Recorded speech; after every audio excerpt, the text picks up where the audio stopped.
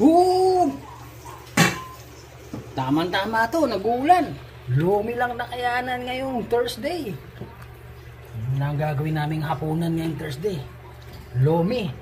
Lutong bahay lang po ang nakayanan. Luto na to. Luto na ang lomi natin ngayong Thursday. Ano pa bang gagawin natin? Eh di, kakain na!